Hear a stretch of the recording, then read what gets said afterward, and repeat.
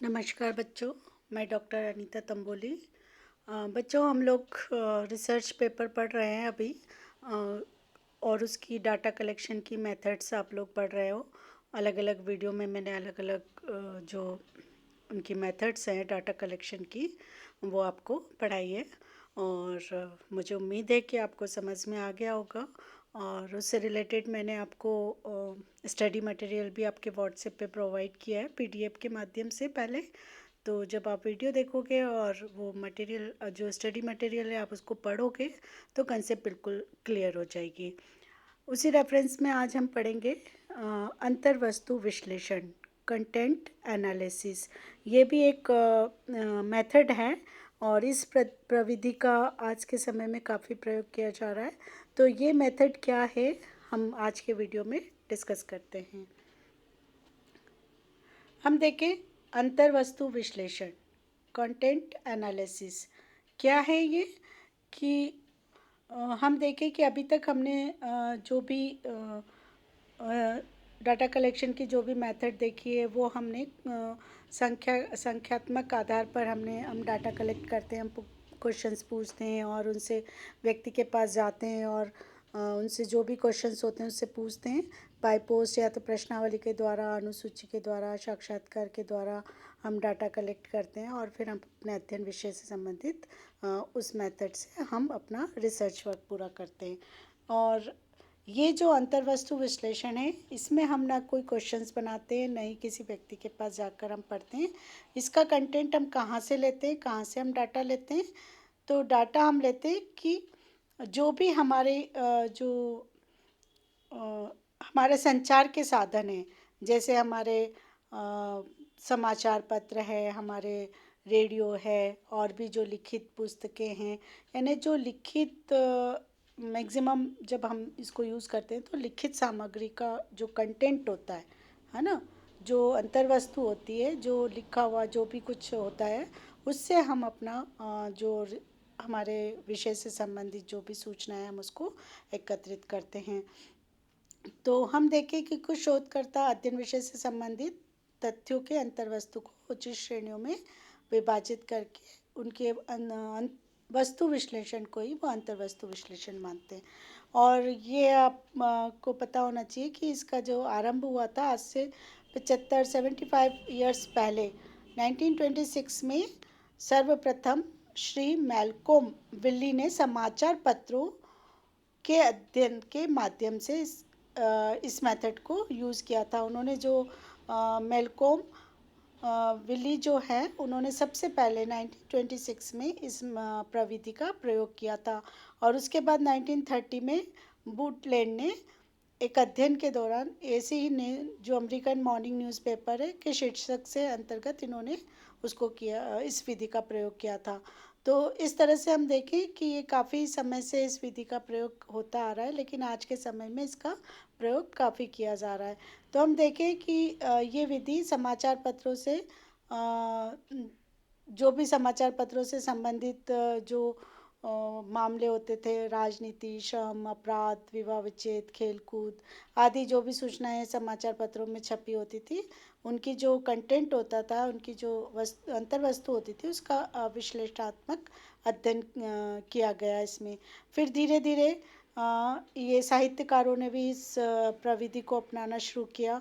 और हम देखें 1930 से 40 की अवधि में जो हैराल्ड लेसवेल ने इस प्रविधि का बहुत ज़्यादा प्रचार प्रसार किया। उसके बाद हम देखें कि समाजशास्त्र में भी इस विधि का काफ़ी प्रयोग किया जाने लगा। और आज के समय में हम देखें कि इसका प्रयोग हम संगीत, शिक्षा, साहित्य, रेडियो कार्यक्रम, समाचार पत्र आदि में जो भी अंतर्वस्तु हमें देखने को मिलती है, जो भी कंटेंट हमें देखने को मिलता है, चाहे वो किसी व्यक्ति से संबंधित हो, किसी घटना से संबंधित हो, है ना, और उसमें जो भी हमें न्यूज़ मिलती है, जो भी हमें कंटेंट मिलता है, हम उसका एनालिसिस करते हैं। तो हम देखें कि ये कंटेंट एनालिसिस जो है वो मेथड होती क्या है ना। तो हम देखें कि इस प्रविधि को परिभाषित करते हुए वेपल्स और वेल्सन ने कहा है, क्या कहा है कि सुव्यवस्थित अंतर्वस्तु विश्लेषण प्रविधि सामग्री के विवरण मात्र को प्रस्तुत करने के स्थान पर उससे अधिक स्पष्ट व्याख्या करने का प्रयास किया जाता है। और जो सापेक्षित सत्य है उसको वस्तुनिष्ठ रूप में प्रकट करना संभव होता है।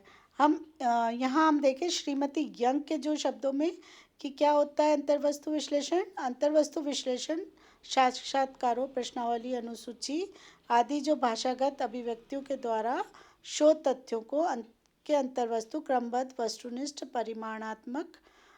परिमाणात्मक वर्णन के लिए बनाई जाने वाली एक शोध प्रविधि है। तो हम देखें कि अंतर्वस्तु विश्लेषण क्या है कि जो हमारा गुणात्मक जो कंटेंट है, जो लिखा हुआ है, बोला हुआ है, उसको हम वैज्ञानिक तरीके से, हम उसको वस्तुनिष्ठ तरीके से, हम उसको क्रमबद्ध वस्तुनिष्ठ आधार पर उसका एनालिसिस करते हैं। हम मेथड तो अपनी साइंटिफिक मेथड यूज़ करेंगे, लेकिन कंटेंट कहाँ से लेंगे हम? ये जो संचार के माध्यम में इनसे लेंगे। जो लिखित जो हमें सामग्री मिलती है, लिखित या मौखिक, उस कंटेंट को हम लेके उसका साइंटिफिक एनालिसिस करते हैं। तो हम देखें कि जो अंतर्वस्तु विश्लेषण की जो विधि है उसकी कुछ विशेषताएं से इस कंसेप्ट को और क्लियर हो जाता है। क्या है ये विधि? इसकी क्या विशेषता है कि इस विधि का संबंध संचार के अथवा भाषागत अभिव्यक्तियों के द्वारा प्राप्त तथ्यों की अंतर्वस्तु होता है। यानी जो भी भाषागत अभिव्यक्ति है जो लिखी गई है चाहे बोली गई है, वहाँ से उसको जो संचार के कम्युनिकेशन के जो साधन है वहाँ से इस कंटेंट को लिया जाता है और उसका एनालिसिस किया जाता है। इस प्रविधि में उस अंतर्वस्तु का अध्ययन विश्लेषण किया जाता है जो प्रकट हो, यानी जो निरीक्षण, ऑब्जर्वेशन जो हमें दिखाई देती हो, ऑब्जर्वेशन जिसका हम कर सकें, निरीक्षण कर सकते हैं, उसी अंतर्वस्तु का विश्लेषण किया जाता है। इसमें हम देखें कि जो भाषागत अभिव्यक्ति जो चाहे लिखित हो या मौखिक हो, संचार के कोई सा भी जो साधन है उसकी लिखित और मौखिक जो सामग्री होती है उसका हम विश्लेषण करते हैं। फिर हम देखें कि इस विधि का उद्देश्य क्या है कि इसकी अंतर्वस्तु का वस्तुनिष्ठ, क्रमबद्ध और परिमाणात्मक वर्णन प्रस्तुत करना होता है। यानी ये जो तथ्य होते हैं ये गुणात्मक होते हैं, लेकिन हम उसको गणनात्मक आधार पर इसका एनालिसिस करते हैं। और ये प्रविधि का आधार वैज्ञानिक होता है और ऐसे परिणामों की खोज निकालना जिसकी सत्यता के विषय में परीक्षा और पुनः परीक्षा संभव होती है। हम ऐसा कंटेंट लेते हैं, उसको इस तरह से एनालिसिस करते हैं कि इसकी हम पुनः परीक्षा और पुनः परीक्षा हम इसको कर सकते हैं। हम आगे देखें कि इसका महत्व क्या है। यानी अंतर्वस्तु विश्लेषण समझ में आ गया ना कि संचार के किसी भी साधन की लिखित या मौखिक सामग्री का हम वैज्ञानिक तरीके से उसका एनालिसिस करते हैं, तो उस विधि को हम कंटेंट एनालिसिस कहते हैं। कंटेंट का मतलब ही क्या हुआ? भाषागत अभिव्यक्ति, यानी संचार के द्वारा जो कम्युनिकेशन के द्वारा जो अभिव्यक्ति की गई है किसी व्यक्ति के द्वारा, समाचार पत्रों के द्वारा, किसी के द्वारा बोला गया भाषण है, कुछ भी हम कंटेंट ले लें जो लिखित या मौखिक होता है उसका हम वैज्ञानिक तरीके से उसका अध्ययन करते हैं। इसलिए इसका नाम है कंटेंट एनालिसिस। यानी जो कंटेंट है हमारा, जो लिखित या लिखित, उसको हम एनालिसिस करते हैं। तो इस टेक्निक का नाम, इसलिए इसको अंतर्वस्तु विश्लेषण किया गया। इसका महत्व देखें कि महत्व क्या है कि इसका जो महत्व है कि ये प्रविधि हमारे अध्ययन को परिमाणात्मक अध्ययन करना इस प्रविधि से संभव होता है, क्योंकि इसकी प्रकृति जो कंटेंट है उसकी प्रकृति तो क्या है, उसकी प्रकृति गुणात्मक है ना। जैसे कोई उपन्यास का पात्र हो गया, कोई भाषण हो गया, कोई समाचार पत्र में जो न्यूज़ छपी हुई है, कुछ भी हम ले सकते हैं। जो जैसे संपादकीय उनका जो कुछ विचार वो व्यक्त करते हैं, लिखते हैं, संपादकीय उस कॉलम में लिखते हैं, या जो संपादक के नाम जो पत्र जनता देती है वो ले सकते हैं हम। कुछ भी उसमें जनता की राय देख सकते हैं हम, कुछ भी हम उसके बारे में एनालिसिस करते हैं। तो ये सब गुणात्मक विषय है, लेकिन जब हम इसका एनालिसिस करते हैं तो हम इसको सारणी, ग्राफ आदि के माध्यम से, जैसे हम दूसरी मेथड से हम एनालिसिस करते हैं ना, उसी आधार पर इसका भी एनालिसिस करते हैं। तो इस तरह से जो गुणात्मक कंटेंट है उसको हम गणनात्मक कंटेंट में एनालिसिस करते हैं। इसका ये महत्व है।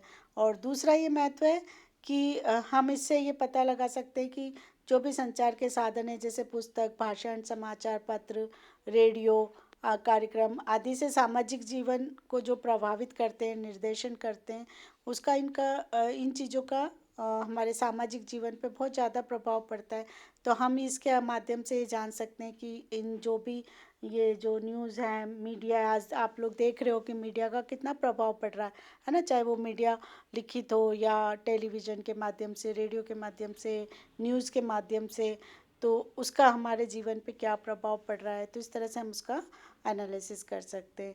फिर हम देखें कि हम इंटरनेशनल जो है उसका तुलनात्मक अध्ययन कर सकते हैं, क्योंकि हर जगह का मीडिया, उनकी न्यूज़, उनका कंटेंट अलग होता है और उसका दूसरे उसके ऊपर क्या प्रभाव पड़ रहा है, हम इसको भी देख सकते हैं, इसका भी एनालिसिस कर सकते हैं।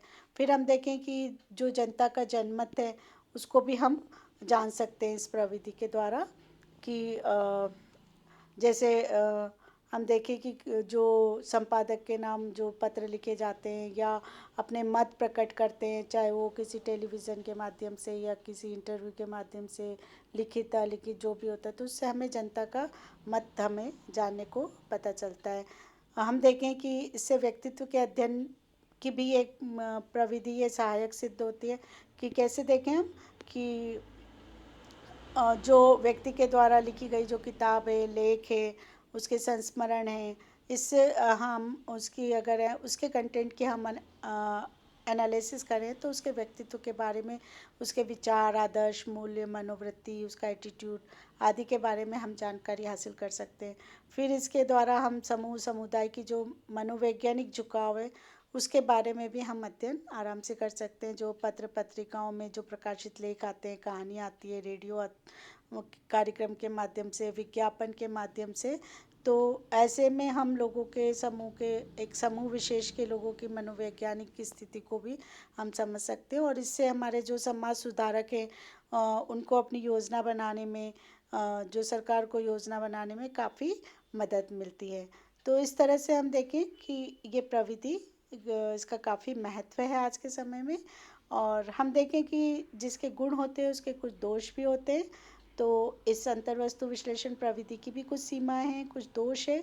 दोष क्या है कि ये अपने आप में एक गुणात्मक कंटेंट होता है, और इसकी प्रकृति गुणात्मक होने के कारण अ, हम बहुत ज़्यादा इस पे विश्वसनीय हम मानकर नहीं चलते, और जब हम इसको विश्वसनीय हम कोशिश करते हैं कि ये हमें विश्वसनीय लगे, या तो उसको बहुत ज़्यादा हमें जांच परख करनी होती है, कि तभी जाकर हम उसकी विश्वसनीयता पर विश्वास कर सकते हैं।